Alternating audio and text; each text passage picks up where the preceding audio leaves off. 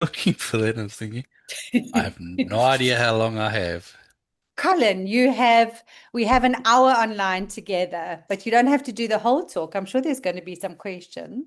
So Yeah, talk for yeah, us, no, Colin. that's easy. That's easy. Okay, there we go. That's always easy. So, welcome Um, everybody to Global Intelligent Updates. We're excited to have Mr. Colin Kennedy with us today. And I do have to share a photo I had to go and find. I couldn't remember if I had a photo of all of us lying next to the pool, but I did find this picture of us in Bali. So it was my great privilege to meet Colin a couple of years ago in Bali, and we spent a lot of time on this huge lounger next to the pool, having lots yes, of laughter, lots of it was chat, a lot of fun. lots of deep conversations. Yeah, Um, so anybody wanting to go to Bali, it's a real good, exciting moment. they're good Um, times, aren't they? Absolutely. So it's really exciting to have Colin here. When we were in Bali, we spoke a little bit about what Colin did, and it was really exciting to hear some of his background. So you're going to have to correct me if I'm wrong, Colin. Colin comes from Durban, which is part of South Africa. So he's actually one of our boykies, which is really exciting, but has been living in New Zealand for 20 years or more. He has a reputation for building business networks. He's been part of Circle of Excellence for over 8 years.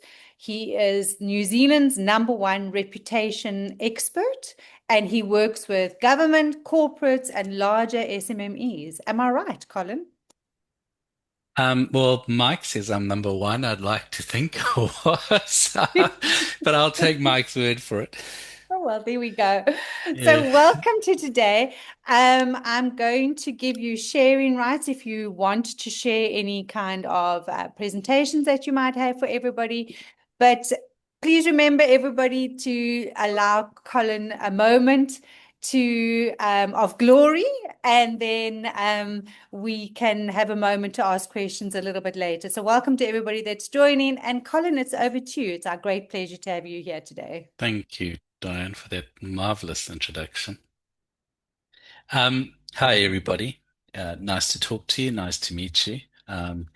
It's quite interesting because at the moment I'm dealing with the number one reputation thing in New Zealand, the Manage My Health, which is a health platform here in New Zealand, got breached, and it's New Zealand's biggest ever health data breach of more than 100,000 New Zealanders.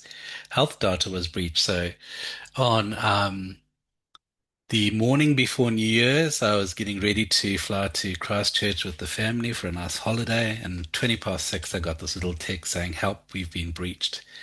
And that was, I went on holiday, but I didn't have a holiday. It was late nights, long, public holidays, weekends, all working on this data breach and what it's done to the reputation of the company. And I think we're not really going to touch too much about, on when things go wrong. This is more about, future proofing for yourself. But the thing with reputation is that it's like an asset. You build it up and build it up so that when trouble comes, there's that resilience there already, so that, um, if things go bad, there's enough asset and enough credit in your bank to help see you through. But if you're thin on things like reputation and trust, then it's going to hit a lot harder and it's going to make it a lot more difficult to recover and come back from. Most people, I think, speak for all of us, we're not really going to face, something of the epic scale of the Manage My Health hack. But I was also dealing with another client in a small town where they had an employee who left, or they kind of asked to leave, and then this person started bad mouthing them to their clients, to competitors, and one of the competitors joined in, and they were just a retail store, selling curtains and fittings and stuff. So people, and they sold to the construction sector, or they were kind of part of the construction sector because they sort of helped decorate new homes and stuff. So that was doing them a lot of damage, and we had to, figure out how to get beyond that. Unfortunately, they had previously had a fairly stable reputation within the community, so it was much more easy to get over those obstacles than um, somebody who hasn't. So I think the idea of what I wanted to communicate tonight, especially, was, you know, building up your reputation is an asset against, it's also it's a resilience asset, if you like, that can help you get through the tough times, but also can lead to a lot of good times. So let me just start the slideshow because I'm not sure you're seeing the slide, the play from current slide. There we go. How's that looking? Is that clear, full of the screen and everything? We can All all good. see it. Presenters mode, Colin. Just if you want to share the other one or the other one, whatever you prefer. Let's see. So have we got? Oh, so it's not showing the full screen. Oh, I see what. Yeah, let me just have a look. You must swap Up your on the mirror left, around. it says swap displays. Maybe that's it. Go down to those three dots, the just above your arrow. Use this little circle with three dots. Oh, yes. Yeah. Hit. Oh, it should have presenter view in there. Use Oh, slideshow. I can do that. I can go here and go presenter view. Does that help? No, you must opposite it. It must opposite mirror. Yeah. So Oh, where it okay. says at the top of it says swap displays, you Display. must click on Yeah. swap displays. Yeah. All in those three dots.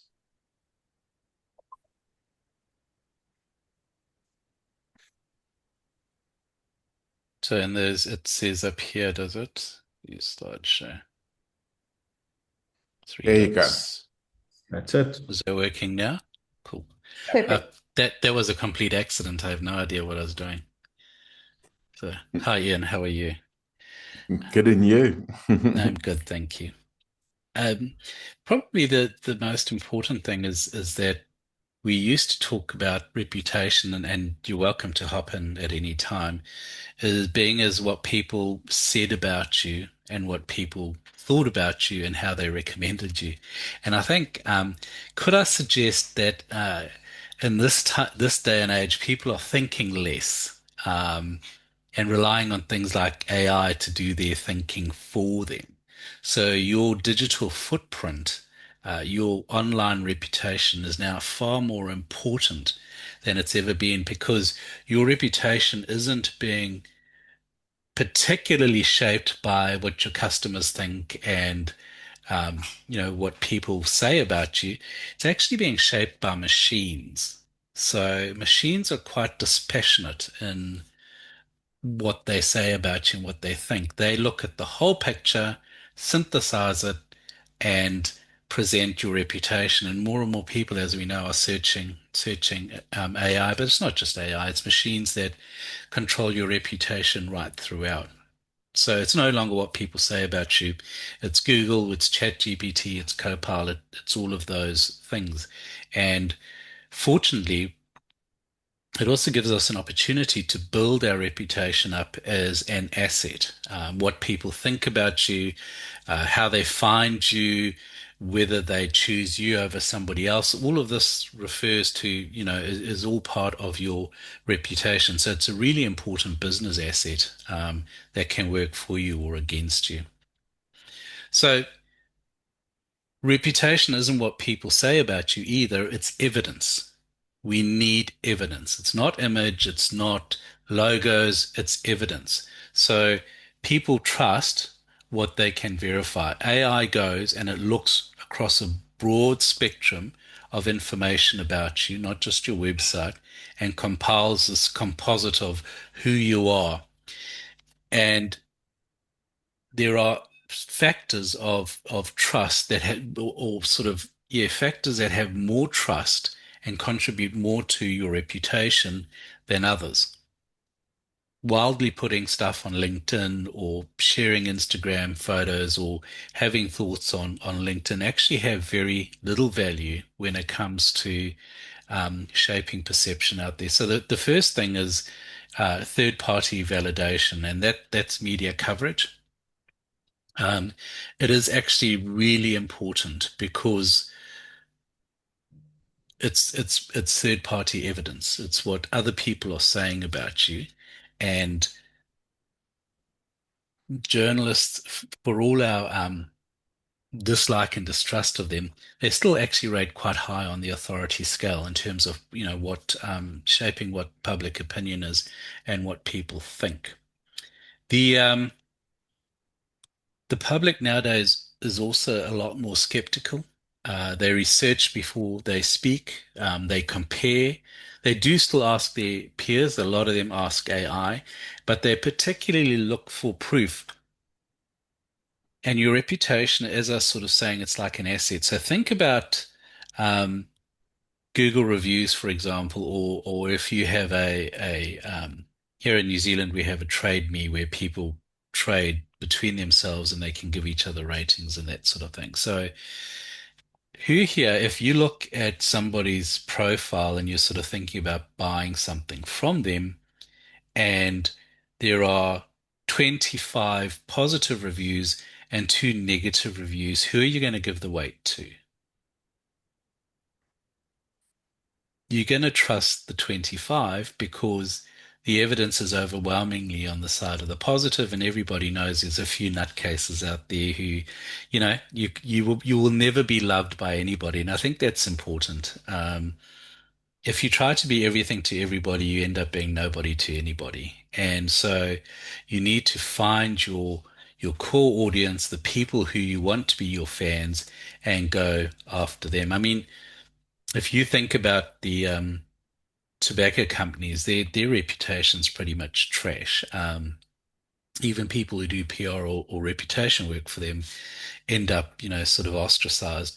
But they don't care. They're still making money. They're still making profit because they have their group of hardened fans. And not to take lessons from the tobacco industry, but the point out of that is that you have to cultivate your audience. You have to cultivate your fans who will be prepared to back you and speak about you and spread more word online. So the way you construct your reputation is media coverage. Case studies are particularly important because, as we said earlier, that people are looking for evidence and they want an AI, and people want third-party opinions about what you say. Saying things like, you know, uh, Diane's this brilliant and amazing superwoman, and then giving the little signature AG, whoever AG is much less credible than if the review or the testimonial or the case study says, Ian Hatton, for example. So having the person's name there is really important. So again, it's about evidence. Somebody goes into a court of law, they're anonymous, they're unnamed, the jury gives them less credibility than somebody they can see and hear and put a face on. You have also sort of AI has learned a lot of what it knows from media. So a lot of its writing mimics editorial style and that sort of thing. So it also takes, and so does Google. So it's not just AI. Takes a lot of it's thinking from things that mimic editorial or media coverage. So quoting somebody, open and closing quotes, that sort of thing, naming real people, providing evidence is really important when it comes to your reputation, because while your machine is deciding what's what, while a machine is deciding who you are and what you are, it takes its cue from these authority sources, if you like. So things like awards, associations, peer recognition, all really important in doing that. And obviously, something we'll talk about now is clear positioning, and that's having a consistent message that's easy to recall and repeat. In the communications and PR industry, I did some work some years ago now with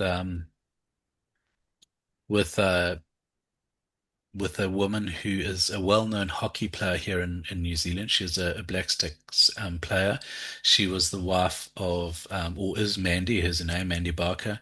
She's the wife of Team New Zealand, which is a yachting syndicate's husband. Her husband's a captain. And she, we had her representing a line of organic baby foods. And one of the jobs we had to do is we gave her three or four key messages. And she was contracted and hired to repeat those key messages at every opportunity. When she was talking to mums, when she was on TV, when she was on the radio, she was required to roll out one of those key messages.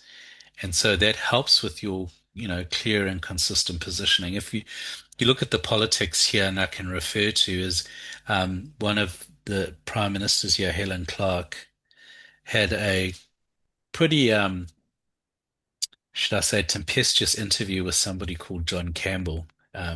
He was a broadcasting journalist here in New Zealand. She later referred to him as a little prick. So they loved each other a lot. But he was trying to sort of talk to her about genetic engineering and crops and that sort of thing. And all she said the entire interview was, yes, John, but don't forget, Labour introduced working for families. Completely off topic, but that's all she said. And so everybody came away from that interview thinking Labour introduced, working for families, and they completely disregarded the whole conversation around genetic engineering and that sort of thing. So to begin with, how do you begin to raise your reputation? And the button's not working. Hold on, there we go. No? There we go. So one of those things, as I was referring to, is the key message. The first mistake is that businesses make themselves will try to be known for too many things. They want to be everything to everybody. They have FOMO because they fear of missing out. We do this and we do that and we do this and our private our target market is these people, but that doesn't mean we're going to discount those people and that sort of thing. And trying to be too many things to too many people will blur your reputation. It will make it vague, and people will, what does Colin do? And people are going to be going, a bit of this, a bit of that, and a bit of the other thing. So, if people cannot repeat what you do and understand it with clear clarity, then they're not going to be able to refer you, and even AI, which will probably hallucinate. So, and be giving answers that you really don't want to give. So the first question is, what's your lane? Owning a specific space rather than competing everywhere. And speakers will in particular know this is, finding their niche and the thing that they talk about is really important. But it's the same with businesses, having one clear reputation lane. It might be sort of something, we understand accountants, or, we're the safest provider, we're the practical expert. The Volvo brand became known, and I don't really like to refer to well-known brands because a lot of people, I guess, would struggle to relate to Volvo, but it's still a good example as they became, their reputation is for safety, for safe cars. And all the other stuff doesn't matter because that's what they sell on. So, what is your lane? Decide on what your lane is. And a very good idea is to build your messaging around the problem that your audience or your target is facing. And sort of kind of gels with speaking directly to the people whose opinion matters most, and that's your audience. And remember, I was referring to your niche, the people you want to be the fans, the people who will support you throughout, rather than trying to be everything to everybody. So build your messaging around a problem that audience is facing, and you enter their conversation. You enter the conversation that's already happening in their heads. Sort of a new father might be thinking, oh gosh, how am I going to keep my wife and baby safe. And so the kind of Volvo thing pops into his head because they're addressing the problem maybe that new parents have, and that's vehicle safety for their child. I know I was pretty paranoid. Our first daughter was born at Parklands in Durban, and I drove home very slowly and very carefully, getting very irritated with cars that even got, too close to us. So, what is the conversation your audience is having, and then start, positioning around that problem, and make it a clear where our car stands for safety. This is what we do. We're the technology partner for healthcare practices, or we understand um, retirement, those sorts of things where you're quite specific. And again, yes, a lot of people say, well, my audience is bigger than that. I have, I don't want to miss out on this business. And those are very real fears. But it's a decision you make. It's a decision you make whether you're going to sort of be sort of more blurry and opaque, or if you're going to be quite specific. Because the truth is, we don't need the whole world to be rich or run a business. Probably the businesses or the audience in your suburb or city would be enough to keep you really busy, if you wanted to. So you don't need the whole world. Decide how many you need and who that audience is, and then have a look at the size of that audience. And once you've got those core ideas, you can start to repeat them across the various channels. So it's going, and we'll talk a little bit later about what channels carry the most authority, which contribute most to your reputation. But obviously, you want your ideas across your website, LinkedIn. You want to get into media, and it's not as difficult as you might think. Case studies, speaking, all of these sorts of things. If you're carrying these key messages and these key thoughts through everything you do, that creates memory, because there's a certain consistency and sort of the repetition builds that consistency.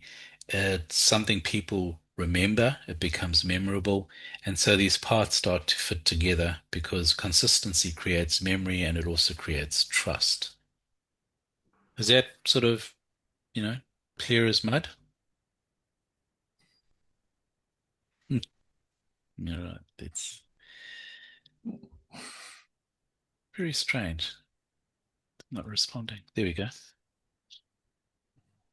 The thing is, as I sort of said to you earlier, evidence, evidence, evidence, and you have to grow the evidence by publishing proof or having other people publish proof of the position you've decided to take. You can tell the market you're good, or you can show them you're good. And in fiction writing, and I sort of dabble in that area, there's a rule that says show, don't tell. And so many businesses and people and speakers make the mistake of going, great customer service, our quality is second to none, and blah, blah, blah, blah. No, nobody is going to believe that. You need to prove that what you're saying is true. I'm not saying avoid generic content. It has its place. But if we get too caught up in the generic stuff, like sort of a thought pops into our head, so we go and share it on LinkedIn, or a thought pops in our head, so we write a blog. Ask yourself, is this consistent with the reputation I'm trying to build or not? And very often they're just thoughts that we can share, and some of them might be insightful, but they're still generic to what you're actually trying to achieve. So we're looking for specific measurable results, and those are things like client stories, practical expertise where we actually share, and I'll talk a little bit about that, and trusted platforms. So the first thing is having yourself quoted by media. It's having yourself quoted by other people in authority. It's things like the LinkedIn endorsements. All of those actually pay as well. AI, for example, will go and look at third-party review sites. So here in New Zealand, we have a website called No Cowboys, and that means, this is where tradies, plumbers, electricians, that sort of thing get listed, and people post opinions and testimonials and all of them, about them. And that carries massive authority with people.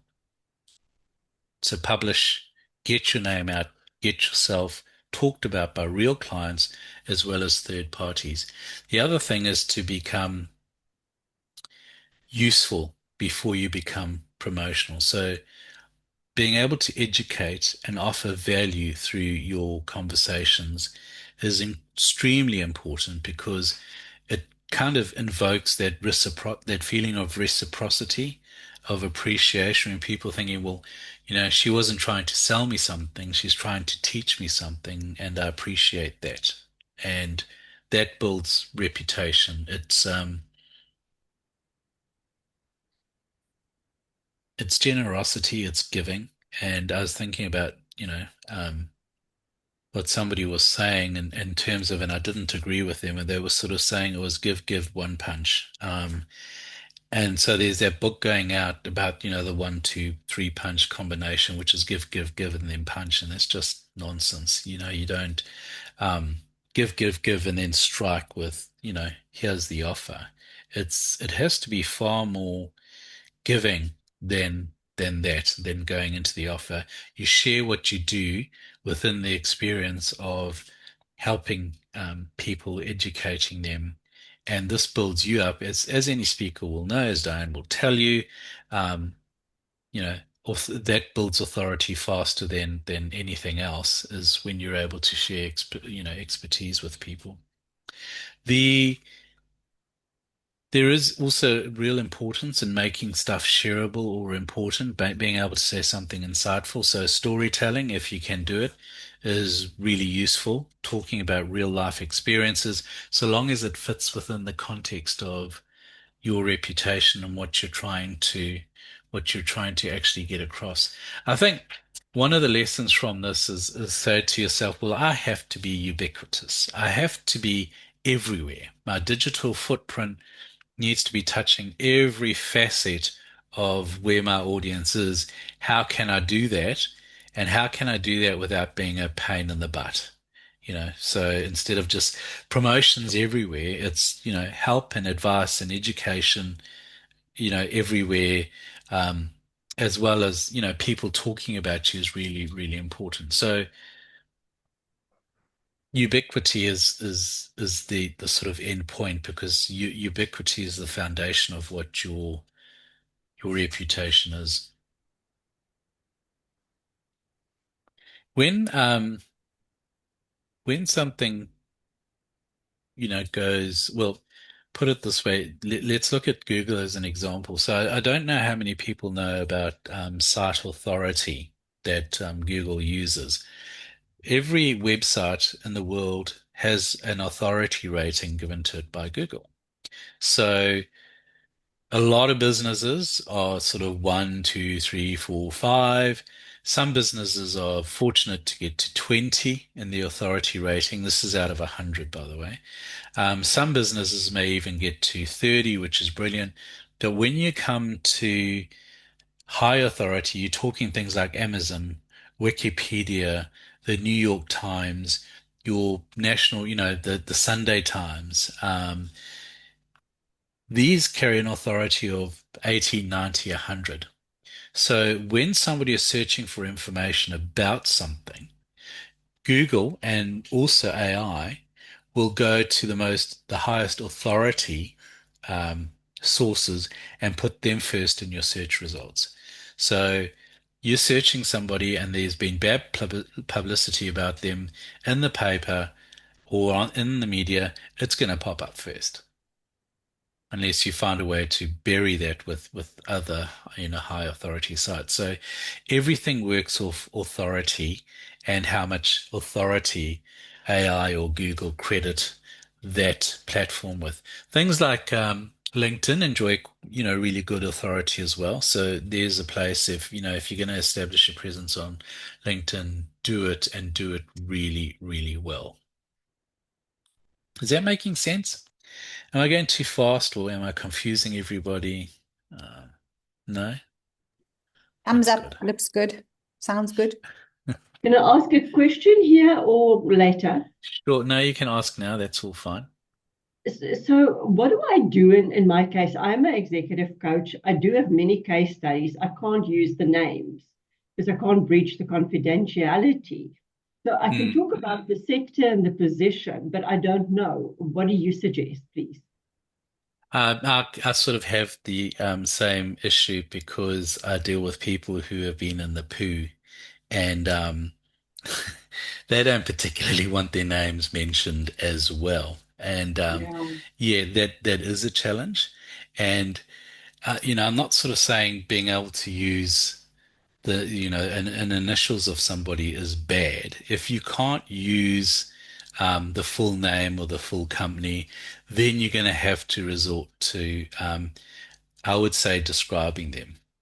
CEO of a multinational conglomerate. Okay, And perfect. you might even want to say their, name withheld for confidentiality reasons or whatever it is. Explain it so that people know, well, she didn't just pull this out of her thumb. Yeah, There's a reason why this person doesn't know, or can't be named, if perfect. that Thank you makes very sense. much.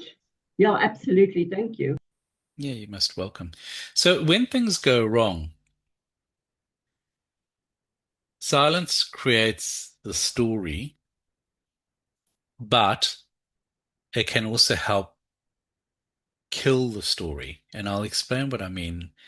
The sort of if you say nothing and you can keep completely quiet, then you're inviting other people to talk about you and define you without you actually having any control over what you said. And this is actually the case with most of us because we haven't deliberately built up our digital footprint. And sort of that is, I sort of put digital footprint slash reputation. If you have already invested a lot of time, effort, and assets into your digital reputation, like those reviews where you've got 20 reviews versus three, it's going to help carry you through. So, firstly, having that presence makes it difficult for other people to define you. So, if somebody is spurious, like an unhappy employee or a client who is just difficult. And they come on and say bad things about you, and there's nothing else that you've got there, or nothing that makes sense, or there's no positioning already there, you're going to struggle because their voice is going to be shouting the loudest. So you need to be investing as much as you can into your digital footprint and your reputation, and that is by building, as we sort of said, knowing what you understand, knowing what you stand for, who you're talking to, what your message is, being helpful to people. All of those sorts of things will help protect you when things go wrong, because they can see, oh, well, this isn't such a bad person, or this company's actually done a lot of good, and everybody makes mistakes. So when things go wrong, as in, for example, maybe a cyber hack or an unknown, an unhappy employee comes along, you want to have your facts, insofar as accurate before you go public. You don't want to say something and then have to retract it. Sometimes that happens in the heat of the moment. You can't help it. But for the most part, if you're unsure of something, don't say it. And this could be a national story, a citywide story, or even just a thing going on social media or in the town where you live, or that sort of thing. Make sure you have your facts. Only respond with accurate facts, and don't talk until, don't assume or suggest that sort of thing. And also, a lot of people will go defensive instead of acknowledging, okay, some people have been impacted by this. Not sort of saying, well, we apologize for the inconvenience, because it's not saying, that we're wrong here. It's just that, well, you've been inconvenienced. We're sorry about that. Talk about the hurt, let people sort of think, okay, well, at least, they've apologized. And, apologies don't always help, but they're necessary, because if you've done something wrong, nothing you do is going to be good enough. But the worst thing you can do is have them saying they didn't even bother to apologize, you know, um, those scoundrels and that sort of thing. So, be contrite, say you're sorry, even if it's not so much about what damage might have been done or what might have been said. It's about how your audience is feeling. And that feeling may be informed by facts that maybe aren't that accurate, but you still acknowledge that they're feeling that way and you address it. So, acknowledging the impact is particularly important. I'm just going to move that out the way. So, whoops. Now I'm getting ahead of myself. I'm just going to go back. There we go. Talk about what happened, what went wrong. And I know this doesn't, maybe apply so much to people who are self-employed or speakers or but the fact is you get problems. I'd had sort of talking earlier about coaching. I had a client who was a coach and had a client who, was very unhappy with the outcomes and that sort of thing. So, you know, that person goes online and starts talking. That issue has to be addressed, and that can happen to any of us. It's not just a risk for corporates, it's a risk for each and every single one of us. And this is when we deal, we know the facts, we acknowledge, the impact, and, I'm sorry that this happened to you, but sort of, then state in concrete facts what actually happened, what actions you're taking for the situation to get it under control. Because, for example, in a cyber breach, people are going, well, how do I know this isn't going to happen again? So, you need to go out with saying what you're doing, what actions you're taking to remedy the situation, and keep communicating, keep telling people daily, sometimes depending on how serious it is, what is going on, what you're doing, and keeping yourself accountable to your audience. When it comes to, repairing reputation, and in some ways, if you already don't have quite a solid footprint or digital footprint, you will struggle more because you haven't invested in that trust asset. So it's going to find itself quite thin on the ground. So the first thing is to stabilize the situation, and that is to stop the bleeding. So, for example, when I look at the small town where these rumors were going around and everybody was thinking they were going to shut down, they got on the telephone to their clients, to their suppliers, and reassured them that these were just rumors and that they weren't true. And, even their newsletter, they put together a newsletter. But what we did was the rumors were that they were going under and that they were going insolvent. So what we did is we ran ads for new staff. They needed new staff. So suddenly the town started seeing these ads for the fact that they were recruiting. So they can't be going insolvent if they're recruiting. So those are tactics to stabilize and communicate. What we also did is we then held, it was their 7th or 8th year in business, but that didn't matter. We were going to have a party anyway. So we organized a big function where they invited all their suppliers, all their clients, everybody in the industry to come along to this big event to celebrate their birthday. And there they were able to correct and address, any misunderstandings. And they didn't say, rumors and, we're addressing rumors. They didn't give those rumors any credibility by referencing them. What they did do was say, we're recruiting people, we're growing the business, we've just won an award for this sort of thing. So all they did was talk about the good news, not the negative stuff around them. So that completely dispelled what people would be thinking of. It completely dispelled the nerves and the worries that those people had. And it becomes much more easy to rebuild trust. So it doesn't mean, they've done all this work and now they'd kind of won, they got over the hump, and now they could just go quiet. No, they had to then maintain quite a strong presence. Otherwise, people would begin to think, well, was that just a knee-jerk reaction to what was going on? Why have they gone so quiet? That sort of thing. That little niggle at the back of somebody's head sometimes. So continue communicating, publishing proof of change, visible, verifiable. It might be case studies, it might be awards you won, it might be introducing, as we did, the new employees with their photos and their profiles and what they're, looking to do. Started putting out a newsletter every month to the market so that that presence was consistent and it was there. And being able to talk, about awards and stuff showed that, they had real validation and that was working very well for them. Hope that makes sense.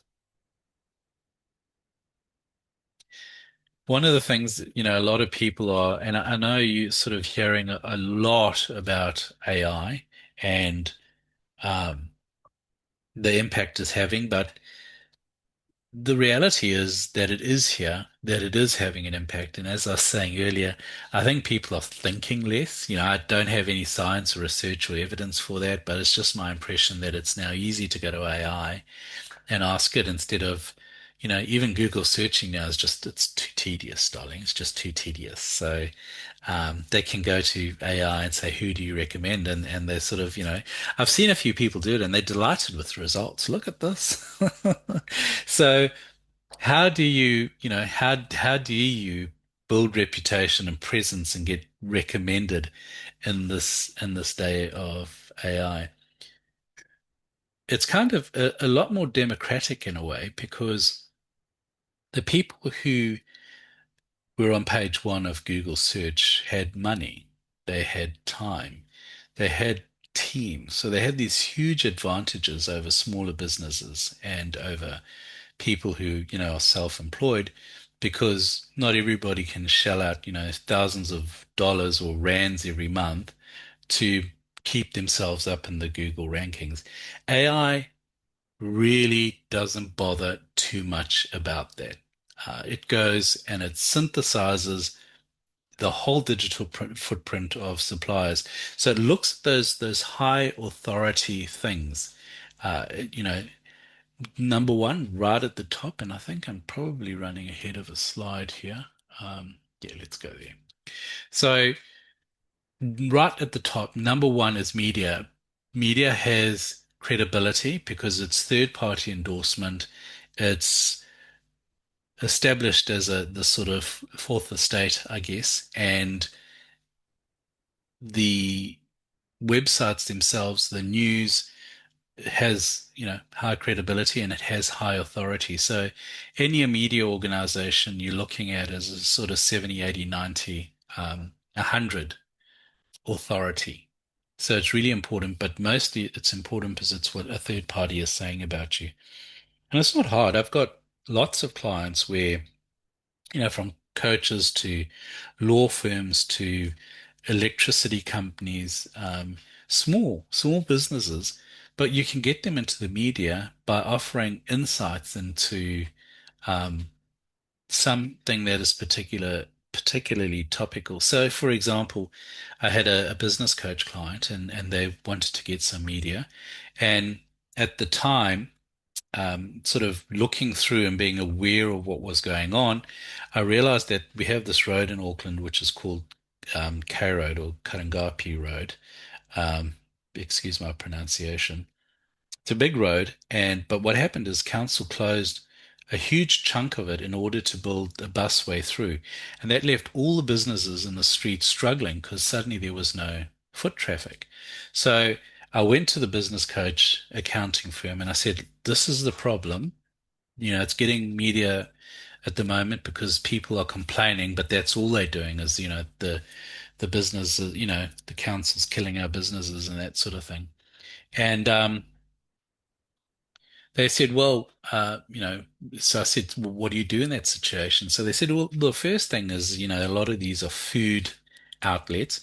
Get an iPad and go to office buildings, door to door, knock and take orders on your iPad, and then you can, go back to your shop, do the orders, and take them to your customers. That's, a really valuable way to survive.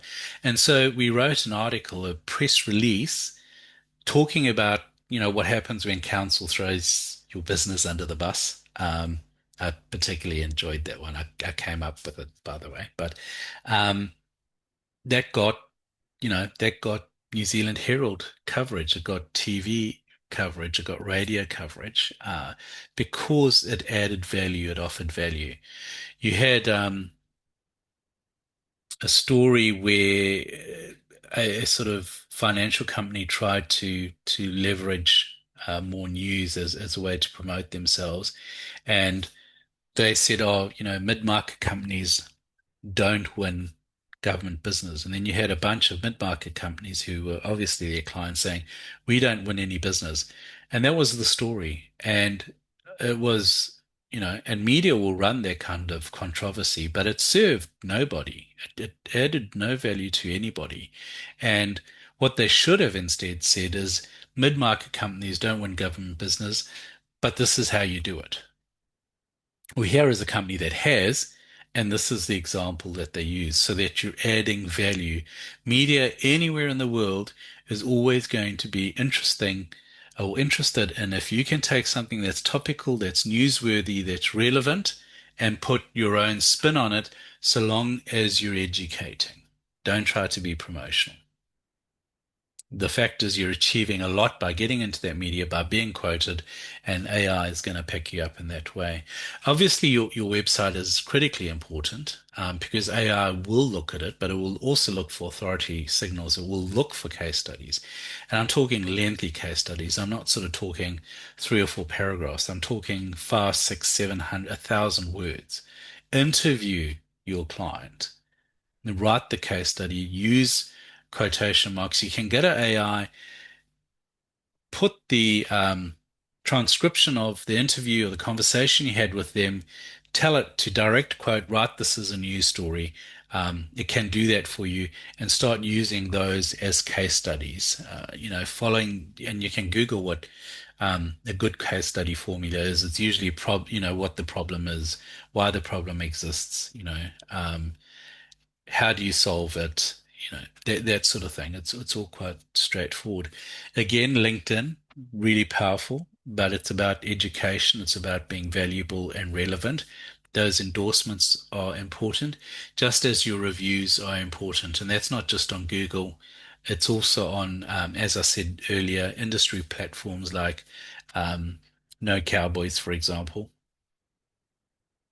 And as we sort of said, as I said earlier, case studies, appearances on podcasts, webinars, those are always useful, especially if you're getting them, published on Apple and that sort of thing. It's quite useful. So look at how many channels you can get your presence into, get your message into, but keep it as a consistent message, as we sort of said in the beginning. Keep it consistent. Make sure it's backed by evidence. Make sure that you have third-party endorsement. Those are really, really important things in terms of not just defending when things go wrong, but more so creating trust in yourself and your product and what you do. I sort of referred earlier to not just any content, but specific types of content which AI pays attention to. And that is, it starts with right at the top of the AI tier is independent media. So AI is first going to go and look at what the media is saying about you. Then it wants industry validation. It wants to know what awards you've won, what accreditations you have. Accreditation is really important. Um, and sort of what reviews have been done about you on third-party sites and all of that. Then you get into the own proof, and that's your case studies, that's your testimonials, that's the stories about what you might have done and what your presence is achieving. Your community presence on social media. So that is, speaking slots. It's talking to your local Rotary. It might be volunteering, that sort of thing. And then there's the low signal content, and that's the social media stuff we post on X and LinkedIn and Facebook and that sort of thing. The posts and the comments, and that's really low signal. It's a lot of noise. AI doesn't pay much attention to it. So, and most organizations, as I'm saying there, will put all the effort into those tiers 4 and 5 and ignore the most important ones. So your sort of 30-day reputation audit to sort of wrap up is that what you can do when you leave here is go and ask AI what you are known for and ask all of them and have a look at it and decide if you're happy with it and what's missing, what isn't. Then next step is, define your message, what you stand for, and then map your proof across the 5 tiers we've just discussed, starting with media. And as I was saying, it's not hard to get into media. And, there's a lot of high authority sites where it's not difficult to publish as well. So, where are you strong? Talk to those as an expertise.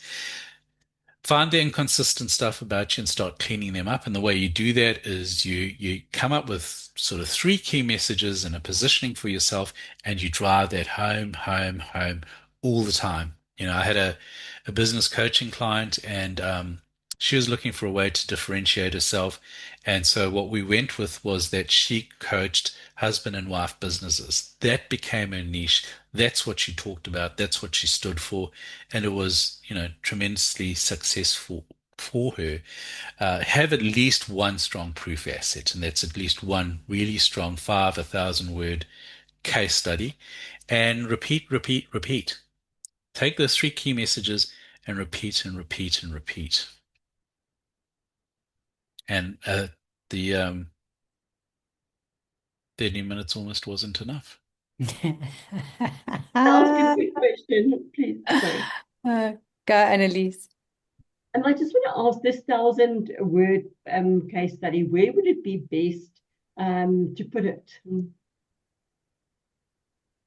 You can put it across a number. I haven't stopped sharing because I'm trying to look for your faces, and I'm like, where have they gone? They all just disappeared. Your website for certain, that's really important. Look to put it on LinkedIn and any other known website. So there's some websites, like one's called medium.com. I don't know if anybody's heard of that. Really high authority. It's a blog site, so you can go and set up a profile there and publish all of these things on Medium. It's got good authority. And what I would also do is I would look to see if you can get third parties to publish your blog that it might be relevant to. So maybe you've got a client who works in the shipping industry. So, you can go and sort of talk to that client either, or to a trade media in that sort of thing, and say, you don't even have to name the company or whatever. These are the things that shipping company, I work with shipping companies, and these are the things they need to watch out for. So there are those sites. Do a Google, sort of see, where can I publish my content, and then go from there. And that's something I didn't mention. Media also, is also trade and industry media. If your audience is plumbers, by all means, even if your audience isn't really plumbers, but you can get a story into the Plumbers Journal, go for it, as long as you make it obviously relevant to plumbers. Awesome. Thank you, Colin. Annalise, just for South Africa, there's a thing called media alerts that you can go and register on. And every morning at 10 o'clock, you get a message from them to tell you what the editors are looking for. That way you build up your editor database as well. And you do a once a month new article share to a whole group of editors. I Just so see that, Diane's also asked a question. How yes, do you there's, find our Google authority? go for it, Colin. So that would be Google authority would be, and hi Diane, nice to see you again. Your Google authority is a website related thing. So if you just Google, measure my website authority or that sort of thing, you will have services. I think SEMrush is one of them that offers that. You can go and post the website address into there, and they will give you an authority rating for that website and tell you why it's that authority. You don't just have to do it with your own. You can do it with anybody's website, and it'll tell you what authority their website is as well. So yeah, Andrea, it is sort of they can be very, very biased and very skewed, and so that's why you need to control the narrative.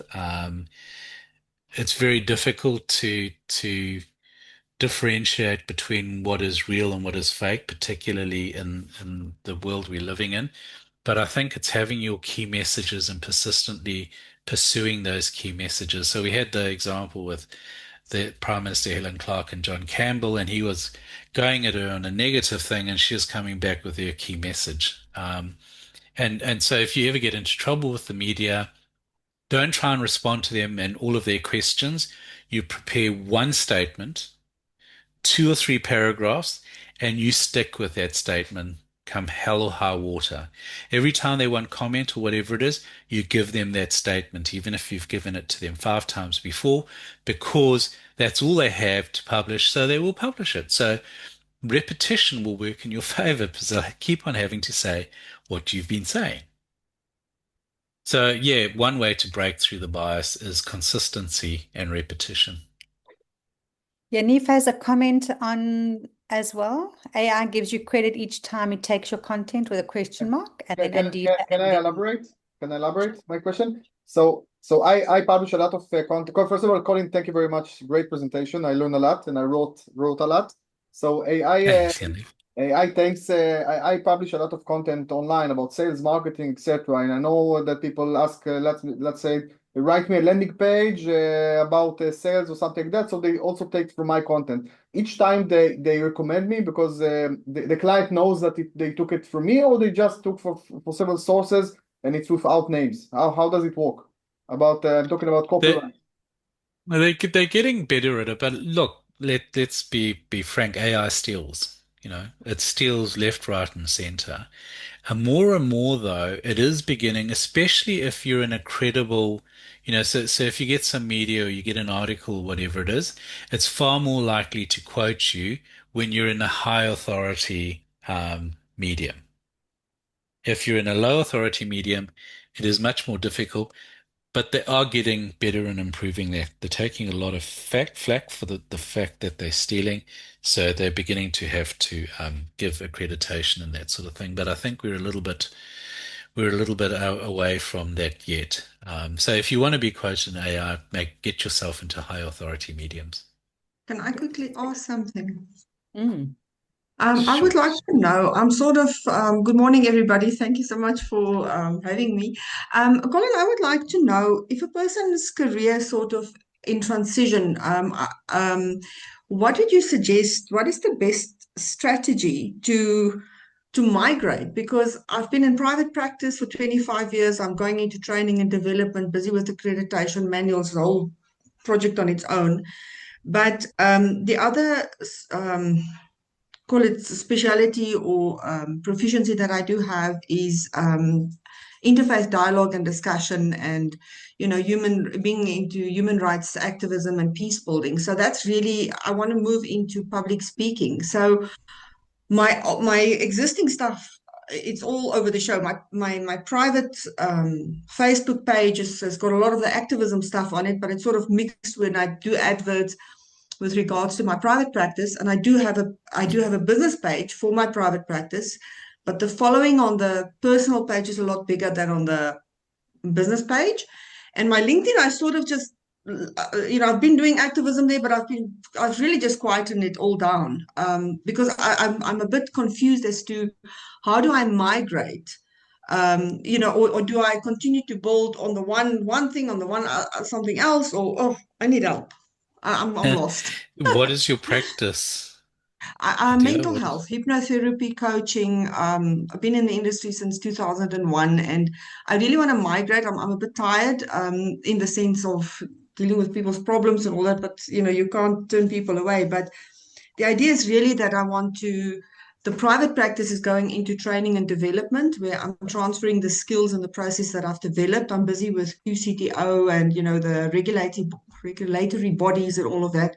So it's a process and it's got a life of its own. Things happen when it happens. You don't have so much control over that. So, And the professional speaking, what do you want to speak about?